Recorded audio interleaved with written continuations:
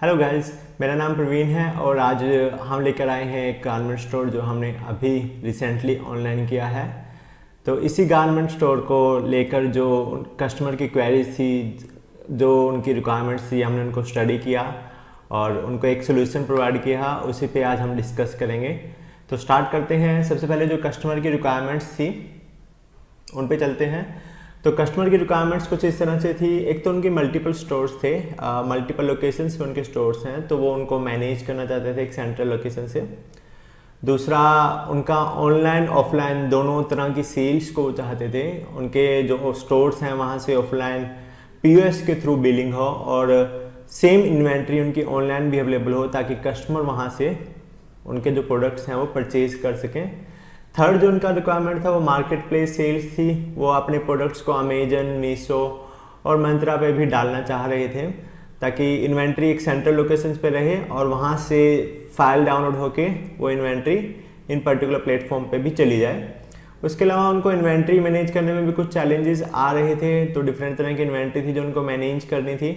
Product के variant थे, size थे, कलर्स थे, प्राइसिंग डिफरेंट थी, तो वो भी उनको मैनेज करना था। तो सप्लायर्स, उसके बाद उनकी अकाउंटिंग नीड्स भी कुछ थी। जीएसटीआर वन रिपोर्ट्स वो चाह रहे थे। उनका जो डाटा था वो टैली और बिजी में सिंक्रोनाइज भी करना चाह रहे थे। तो ये बेसिक उनकी रिक्वायरमेंट थी। सप्लायर से जो स्टॉक आ रहा है उसकी परचेज एंट्री, उसका पूरा डिटेल रिकॉर्ड, तो ये सारी उनकी रिक्वायरमेंट्स जो थी, जो हमने स्टडी की और उसके बाद उनको एक सोल्यूशन प्रोवाइड किया।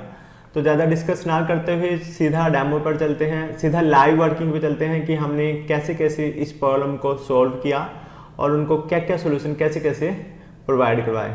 तो स्टार्ट करते हैं। सबसे पहले तो ये है उनका डैशबोर्ड। ये डायरेक्ट उनका तो डैशबोर्ड नहीं है, ये हमने डेमो के लिए एक अकाउंट बनाया हुआ है। तो ये वहाँ से हम उनकी वर्किंग आपको बताएंगे कि कैसे कैसे हमने उनके स्टोर को सेटअप किया।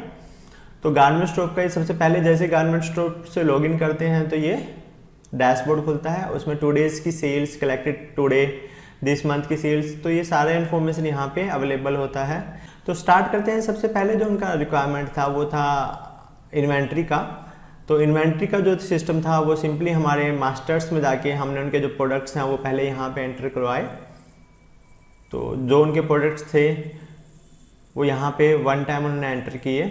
तो ये डिटेल्स हैं, प्रोडक्ट का नेम था, प्रोडक्ट का जो कोड था, उसके बाद कौन सी कैटेगरी से वो बिलोंग करता है, कौन सी ब्रांड है, और ये न्यू अराइवल्स में है या प्रीमियम में है। उसके बाद ऑनलाइन स्टोर पे दिखाना है या नहीं। तो यहाँ पे ऑनलाइन स्टोर को दिखाने के लिए उन्होंने यहाँ पे हमने उनको बताया कि अगर जो ऑनलाइन स्टोर पे आपको ये प्रोडक्ट को डिस्प्ले करवाना तो यहाँ पे उनको क्लिक करना होगा। उसके बाद परचेज प्राइस, किस प्राइस में परचेज किया है, किस में सेल करना है, एमआरपी क्या है, और ये सारी डिटेल्स वो यहाँ पे डाल सकते थे। उसके बाद इमेजेस वगैरह हैं प्रोडक्ट की, तो वो यहाँ से मल्टीपल जो प्रोडक्ट की इमेजेस हैं वो यहाँ पे अपलोड कर सकते थे। तो HSN कोड, GST रेट, वो सारी इन्फॉर्मेशन यहाँ पे हमने उनका अवेलेबल करवाई। उसके बाद एक प्रोडक्ट की मल्टीपल इन्वेंट्री हो, मल्टीपल वेरिएंट्स हो सकते हैं। तो वेरिएंट्स के लिए यहाँ पे हमने उनको कलर्स और साइज़ का ऑप्शन दिया। तो डिफरेंट कलर्स क्रिएट कर सकते हैं, एग्जिस्टिंग कलर्स को मॉडिफाई भी कर सकते हैं वो, और साइजेस भी डिफरेंट जो साइजेस हैं वो हमने यहाँ पे उनको अवेलेबल करवाए। उसके बाद इसी इन्वेंट्री को, वेरिएंट को मैनेज करना था। तो इन्वेंट्री में जाके ये प्रोडक्ट के वेरिएंट्स थे। तो कॉटन कुर्ता के जो जो वेरिएंट्स उनके पास अवेलेबल थे, तो इस तरह से उनके पास इन्वेंट्री, वेरिएंट की इन्वेंट्री मैनेज करने का ऑप्शन दिया गया। उसके बाद यहाँ पे स्मॉल के वाइट में कितने पीस अवेलेबल हैं, मीडियम के कितने पीस अवेलेबल हैं, किस प्राइस में है, वो ये सारी इन्फॉर्मेशन यहाँ से डाल सकते थे। किसी भी वेरिएंट पे क्लिक करके उसका एमआरपी, उसका सेल प्राइस, उसका बार कोड, कितनी मिनिमम स्टॉक वैल्यू है, और उस पर्टिकुलर वेरिएंट की इमेज वगैरह कुछ उनके पास है तो यहाँ से वो अपलोड भी कर सकते हैं। उसके बाद अगर जो सपोज करो उनको स्टॉक एंट्री करना है, उनके पास ये जो है XXL के 0 पीस अवेलेबल हैं। अगर जो आप रिसीव स्टॉक, उनको बताया गया कि रिसीव स्टॉक करके वो स्टॉक को रिसीव कर सकते हैं। जैसे XXX वाइट में, XXL वाइट में इस वक्त 0 पीस है, मैं कहता हूँ अभी 10 और उनके पास अवेलेबल हैं। तो यहाँ पे क्लिक करके वो स्टॉक को रिसीव करके और यहाँ पे इस तरह से स्टॉक की जो वैल्यू है वो अपडेट कर सकते थे।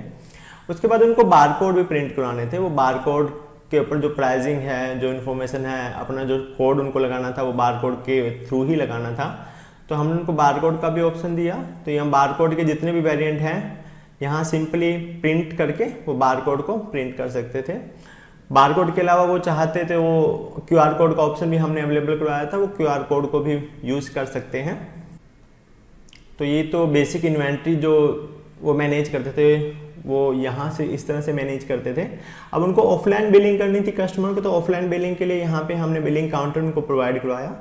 तो बिलिंग काउंटर में वो जो आइटम सेल करनी है उस पर्टिकुलर आइटम पे क्लिक करके कस्टमर का नाम टाइप करके या बारकोड से भी वो स्कैन कर सकते थे। अगर उनके पास बारकोड से भी स्कैन करने का ऑप्शन उनको दिया गया, यहाँ से बारकोड से वो बारकोड स्कैन करके भी किसी प्रोडक्ट को ले सकते हैं।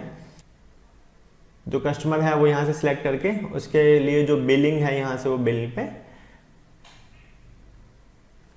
बिल वहाँ कस्टमर को बिल काट के दे सकते थे। तो उसके बाद यहाँ पे हमने डिफरेंट ऑप्शंस भी उनको दिए हुए हैं। अगर उनको कोई डिस्काउंट देना है तो यहाँ पे सारे ऑप्शंस उनको जो उन्होंने जो मांगे उस हिसाब से हमने इसको रेडी करवाया। और जैसे ही क्लिक करके यहाँ से जो पर्टिकुलर कस्टमर का बिल था वो इस तरह से बिल को इस वक्त POS बिलिंग के थ्रू ऑफलाइन बिलिंग को मैनेज कर रहे हैं। यहाँ से PDF और प्रिंट का दोनों का ऑप्शन दिया हुआ है। उसके बाद जो उनको परचेज की एंट्री करनी थी वो उनके पास जो हमने ऑप्शन दिया था यहाँ पे बिलिंग में, तो यहाँ पे परचेजेस का एक ऑप्शन दिया हुआ था। जो उनके सप्लायर्स थे वो यहाँ से सप्लायर की एंट्री, जो भी सप्लायर है उनकी पूरी इन्फॉर्मेशन, कौन सी इन्वेंट्री उनके पास से आई, तो वो यहाँ पे सप्लायर की इन्फॉर्मेशन डाल सकते हैं। उसके अलावा परचेज बिल, जो भी उन्होंने परचेज किया है श्री राम मैन्युफैक्चर से या किसी से भी जिससे वो परचेज करते थे उसकी पूरी इन्फॉर्मेशन यहाँ पे वो जो अपने परचेजेस हैं उनको मैनेज कर रहे हैं। यहाँ से न्यू परचेज का ऑप्शन भी दिया हुआ है। तो परचेज सप्लायर से जो भी उनके पास नए प्रोडक्ट आते हैं, जो डिफरेंट तरह की वो इन्वेंट्री सप्लायर से परचेज करते हैं, वो सारी इन्फॉर्मेशन यहाँ पे वो मैनेज कर रहे हैं। तो इसी के अलावा उनको जो नेक्स्ट रिक्वायरमेंट थी वो था ऑनलाइन स्टोर को मैनेज करना। तो ऑनलाइन स्टोर के लिए उनको ऑप्शन दिया गया। यहाँ पे हमने सेटिंग्स में एक ऑनलाइन स्टोर का ऑप्शन दिया हुआ है। तो वो जिस इन्वेंट्री को ऑनलाइन स्टोर कस्टमर को ऑनलाइन परचेजिंग के लिए अवेलेबल करवाना चाहते हैं वो प्रोडक्ट से कर सकते हैं। तो उनको जो स्टोर था वो यहाँ से मैनेज करना था। ऑनलाइन स्टोर का सारा इन्फॉर्मेशन यहाँ पे दिया हुआ है। तो यहाँ पे सिर्फ एक सिंगल क्लिक से उनका जो इन्वेंट्री था वो ऑटोमेटिकली उनकी साइट पे लाइव हो गया। उसके बाद जो पेमेंट गेटवे था उनको पेमेंट गेटवे रेजर पे के थ्रू पेमेंट लेनी थी। तो यहाँ पे हमने रेजर पे का एक ऑप्शन दिया हुआ है। तो रेजर पे, कैश फ्री, फ़ोन पे, bank transfer, cash on delivery, ये उनकी ऑनलाइन वेबसाइट के लिए जो था हमने उनको ऑप्शन प्रोवाइड करवाए। बेसिकली उन्होंने रेजर पे ही मांगा तो हमने उनको रेजर पे ही यहाँ पे कॉन्फ़िगर करके दिया। अब उनको था GSTR रिपोर्ट की फाइलिंग वगैरह, तो GSTR के लिए भी हमने एक ऑप्शन दिया हुआ था। तो GSTR फाइलिंग पे क्लिक करके यहाँ पे लोड डाटा का ऑप्शन, तो GSTR 1 की जो रिपोर्ट उनको एक्सेल में डाउनलोड करनी थी JSON में, तो यहाँ पे डिफरेंट ऑप्शन उनको हमने प्रोवाइड करवाए। तो इस तरह से उन्होंने गारमेंट स्टोर को अपने को मैनेज किया। इसके अलावा इसमें काफ़ी सारे ऑप्शंस हैं जो इस वीडियो में तो हम डिस्कस नहीं कर सकते। जैसे सेल्स रजिस्टर है, परचेज रजिस्टर है, पर्टिकुलर कस्टमर ने कितना परचेज किया, वो सारा इन्फॉर्मेशन यहाँ से वो देख सकते हैं। सपोज करो उनको टेस्ट कस्टमर से देखना उन्होंने कितना परचेज किया, कौन कौन सा किस टाइम पे कौन कौन से इन्वॉइस उनके कटे, अभी तक क्या हिस्ट्री रही, लेजर की इन्फॉर्मेशन, लॉयल्टी प्रोफाइल, वो सारी डिटेल्स यहाँ से देख सकते हैं।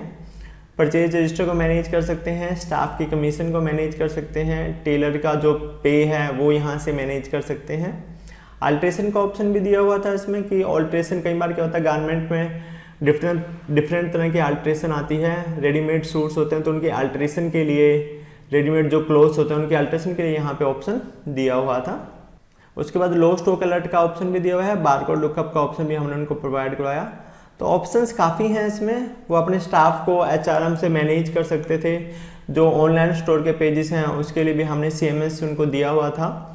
और अकाउंटिंग में profit and loss, balance sheet, trial balance, तो ये सब इन ऑप्शन हमने उनको इस एप्लीकेशन में उनको प्रोवाइड करवाए। तो इस तरह से अभी वो अपना गारमेंट का स्टोर है वो मैनेज कर रहे हैं। अगर जो आपकी भी कुछ ऐसी गारमेंट स्टोर को लेके कोई रिक्वायरमेंट्स हैं तो आप हमसे डिस्कस कर सकते हैं।